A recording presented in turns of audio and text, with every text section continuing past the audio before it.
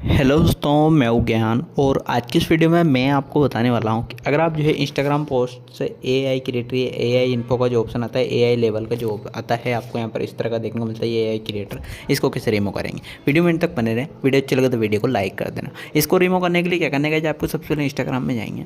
Instagram में जाने के बाद यहाँ पर आप प्लस आइकन पर क्लिक करेंगे। प्लस आइकन पर क्लिक करने के बाद यहाँ पर आप कोई भी फोटो को सेलेक्ट करेंगे, जैसे कि मैं सेलेक्ट करता हूँ और नेक्स्ट करा।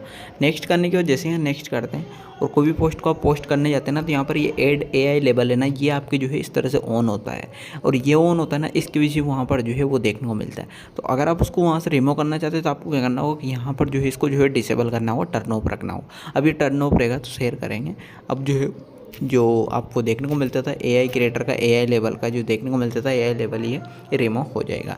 इस तरह से इसको रिमूव कर सकते हैं। तो अगर वीडियो अच्छी लगे तो वीडियो को लाइक कर देना, चैनल को सब्सक्राइब कर देना और बेल आइकन को प्रेस कर देना। Thank you watching in this video.